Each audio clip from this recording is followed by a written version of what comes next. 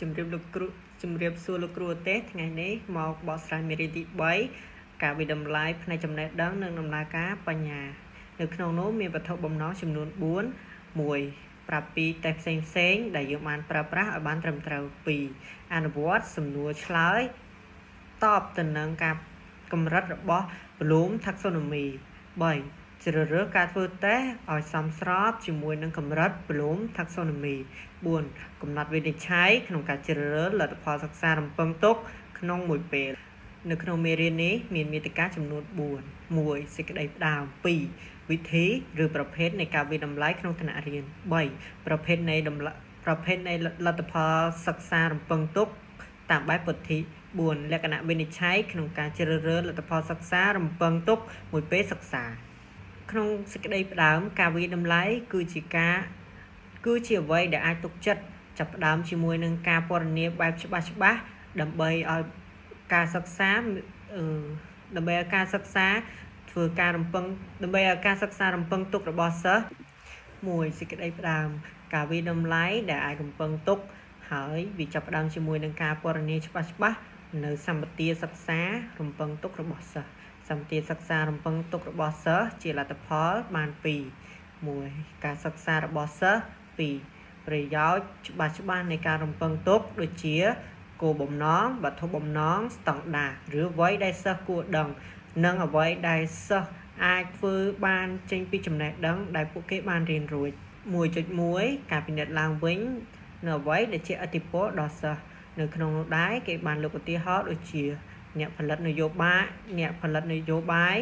បានយល់ដឹងយ៉ាងច្បាស់ថាដើម្បីទទួលបានការជោគជ័យនៅថ្នាក់សាកលវិទ្យាល័យនិងកន្លែងធ្វើការកូនសិស្សគ្រប់រូបគប្បីត្រូវ 1. ត្រៀមខ្លួនជាស្រេចសម្រាប់បំណិនផ្សេង 2. ចរិយាសម្បទាឲ្យលើសពីចំណេះដឹងឯកទេសដែលពួកគេបានរៀនរួចនៅក្នុងនោះមាន3គន្លឹះសំខាន់1គោលការណ៍អប់រំគោលបំណងអប់រំវត្ថុបំណងក្នុងការអប់រំដើម្បីឲ្យពួកគេក្លាយជាមនុស្សជោគជ័យមួយនៅក្នុងសាកលវិទ្យាល័យនិងកន្លែងធ្វើការលទ្ធផលនៃ 1.2 លទ្ធផលនៃការសិក្សាយើងប្រើលក្ខណៈវិនិច្ឆ័យចំនួន4ដូចជា1ការជ្រើសរើសសម្ភារៈឧបទេសតើលោកគ្រូអ្នកគ្រូត្រូវជ្រើសរើសសម្ភារៈឧបទេសបែបណា2ការពង្រៀងឬក្រុមខ្លឹមសារមេរៀន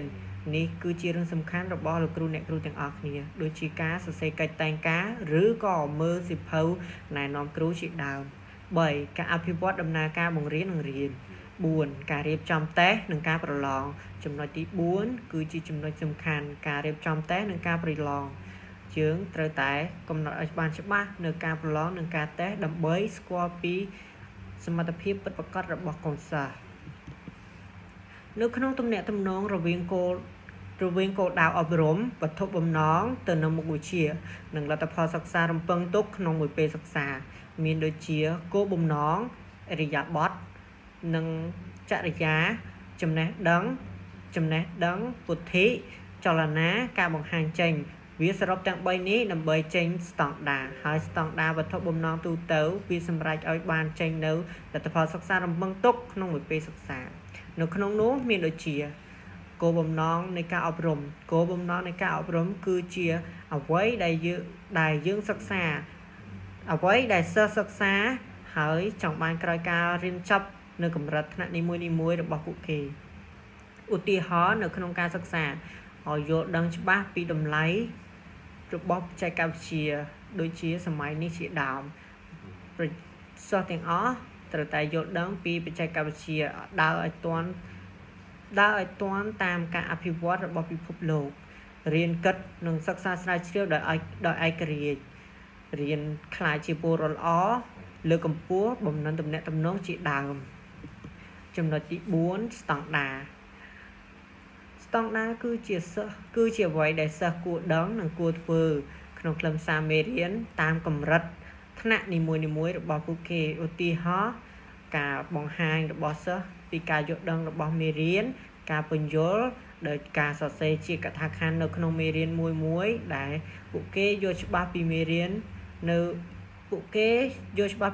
ដែលបានរៀនរួចចំណុចទី3គឺ សិក្សាអនុវត្តនៅចំណេះដឹងដែលពួកគេបាន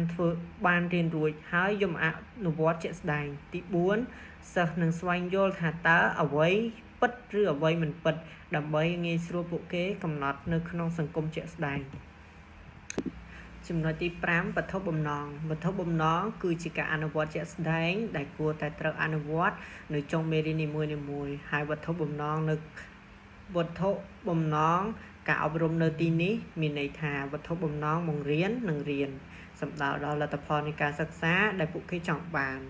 ហើយខាងក្រោមគឺជាលទ្ធផលនៃការសិក្សារំពឹងទុកដែលស្ដែងចេញជាអាកប្បកិរិយាជាក់លាក់មានសង្ខេបគំនិតសំខាន់នៃអត្ថបទសរសេរចំណងជើងនៃអត្ថបទនិងពន្យល់ន័យនៃអត្ថបទទាំងមូលចំណុចទី6វត្ថុបំណងនៃការបង្រៀនជាអ្វីវត្ថុបំណងនៃការបង្រៀនគឺជាលទ្ធផលសិក្សារំពឹងទុកឬជាសមត្ថភាពរបស់អ្នកសិក្សាដែលទទួលបានពីការបង្រៀនហើយត្រូវបានបញ្ជាក់នៅក្នុងកម្មវិធីមួយដែលអាចសង្កេតនិងវាស់វែងបានចំណុចទី7ការវិតម្លៃដែលមានចម្លើយតែមួយជាក់លាក់ការវិតម្លៃបែបនេះគឺជាមធ្យោបាយនៃការវាស់វែងដោយប្រើទម្រង់សំណួរជាច្រើនដើម្បីសង្កេតនៅលទ្ធផលរំពឹងទុកឬសមត្ថភាពរបស់អ្នកសិក្សាទម្រង់សំណួរមានដូចជាបំពេញចន្លោះសំណួរពហុចម្លើយសំណួរជ្រើសរើសសំណួរខុសត្រូវនិងសំណួរផ្គូផ្គងលក្ខនិងលក្ខបន្ទាប់ទៅនេះគឺជាចំណុចទី3ប្រភេទនៃការវិតម្លៃនៅក្នុងថ្នាក់រៀនប្រភេទនៃការវិតម្លៃនៅក្នុងថ្នាក់រៀនមានចំនួន4ចំណុចលទ្ធផលឬស្នាដៃរបស់សិស្សបំណិនការសួរផ្ទាល់មាត់និងការសង្កេតរបស់គ្រូនៅក្នុងស្នាដៃមានដូចជាការសរសេរកថាខណ្ឌការតែងសេចក្តីការធ្វើការងារគម្រោងការតែងកំណាព្យនិងការផលិតវីដេអូឃ្លីបជាដើមបំណិនមានការថ្លែងសន្ទរកថាការបង្ហាញការអានរឿងនិទានការអានរឿងល្ខោនការជជែកសិក្សាស្រាវជ្រាវនិងការបង្ហាញតាមបែបតន្ត្រីសំណួរផ្ទាល់មាត់មាន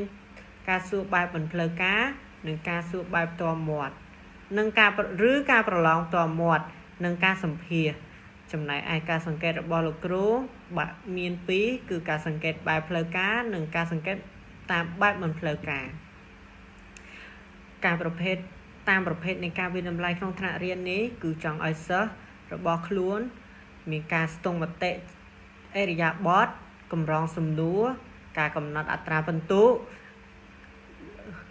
ស្វ័យឆ្លុះបញ្ចាំងនិងការវិតម្លៃមិត្តភ័ក្តិសម្រាប់ទ្រឹស្ដីBloom taxonomy ទ្រឹស្ដី Bloom taxonomy មានដូចជាការចងចាំការយល់ដឹងការអនុវត្តការវិភាគការវិតម្លៃនិងការបង្កើតថ្មីលទ្ធផលនៃការរំពឹងទុកក្នុងការសិក្សាមួយពេលសិក្សាលទ្ធផលនៃការរំពឹងទុកក្នុងការសិក្សាមួយពេលសិក្សាគឺជាប្រយោជន៍នៃការស្ដែងចេញឬការអនុវត្តរបស់សិស្សសម្រាប់រំពឹងទុកក្នុងការសិក្សាក្នុងរយៈពេលមួយពេលសិក្សាឬពី3ថ្ងៃម្ដងសមត្ថភាពទាំងអស់នោះមានដូចជាការយល់ចំណេះដឹងនិងការអនុវត្តមួយទៀតគឺការកំណត់ការវិនិច្ឆ័យលើការអនុវត្តចំណេះដឹងលក្ខណៈវិនិច្ឆ័យសមាសភាពសំខាន់នៃការវិនិច្ឆ័យគឺការកំណត់ការវិនិច្ឆ័យដោយគ្រូលើការអនុវត្តចំណេះដឹងនិងការយល់របស់សិស្សច្បាស់ចំពោះអ្នកដទៃប្រភេទនៃលទ្ធផលសិក្សារំពឹងទុកតាមបែបពុទ្ធិមានចំនួន3ចំណេះដឹងការចងចាំអ្វីដែលសិស្សស្ដាប់ស្គាល់ឬការចងចាំតាមនិយមន័យកន្លឹះបទបញ្ញត្តិដំណើរការនិងគោលការណ៍ឬព័ត៌មានផ្សេង2ការយល់ដឹង3ការផ្ដល់ហេតុផលសមស្របក្នុងការអនុវត្តមេរៀននីមួយៗ1ការយល់មាន2ប្រភេទការយល់ធម្មតានិងការយល់បែបស៊ីជម្រៅការយល់ធម្មតាគឺជាការស្ដែងចេញតាមរយៈកូនសិស្សសង្ខេបយល់ដោយប្រើពាក្យខ្លួនឬប្រើប្រាស់ជំហានដើម្បីដោះស្រាយក្នុងការអនុវត្តចំណែកឯការយល់បែបស៊ីជម្រៅអាចនិយាយបានថាកូនសិស្សដឹងពីចំណុចសំខាន់អ្វីមួយនៅក្នុងមេរៀនហើយកូនសិស្ស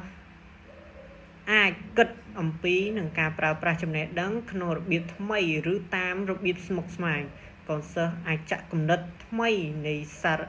សារៈប្រយោជន៍អ្វីមួយកូនសិស្សអាចរកឃើញឬបកស្រាយទំនាក់ទំនងថ្មីកសាងពន្យល់ឲ្យបានស៊ីជម្រៅនិងផ្ដល់ហេតុផលមួយឲ្យបានច្បាស់ដើម្បីយល់ដឹងរបស់ពួកគេចំណែកឯការផ្ដល់ហេតុផលគឺជាការផ្ដល់នៅអ្វីដែលតាក់ទងជាមួយនឹងខួរក្បាលដើម្បីទាញនៅចំណេះដឹងយកមកប្រើប្រាស់សម្រាប់សម្រេចកិច្ចការអ្វីមួយវាជាបញ្ហាមួយដែលសម្រាប់សម្រេចចិត្តក្នុងការទាញការសន្និដ្ឋានគំនិតប្រកបដោយភាពច្នៃប្រឌិតនិងការគិតប្រកបដោយវិចារណៈចំណុចចុងក្រោយគឺចំណុចទី4លក្ខណៈវិនិច្ឆ័យក្នុងការជ្រើសរើសលទ្ធផលសិក្សារំពឹងទុកក្នុងមួយពេលសិក្សានៅក្នុងលទ្ធផលនៃការរំពឹងទុកនេះយើងប្រើចំណុចចំនួន5ចំណុចដើម្បីបង្កើតឲ្យមានទី1មានចំនួនសម្រាប់សម្រួលសំណេរសម្រួលពន្យល់3ពន្ស៊ីជាមួយគោលដៅសិក្សារបស់ស្ថាប័ននៅបំណិនសតវត្សទី21ចំណុចទី4ការជំរុញប្រឈមតែសិស្សអាចធ្វើវាឲ្យបានចំណុចទី5បន្ស៊ីគ្នាជាមួយទ្រឹស្ដីឬគោលការណ៍បង្រៀននិងរៀននិងការជំរុញនិងការលើកទឹកចិត្ត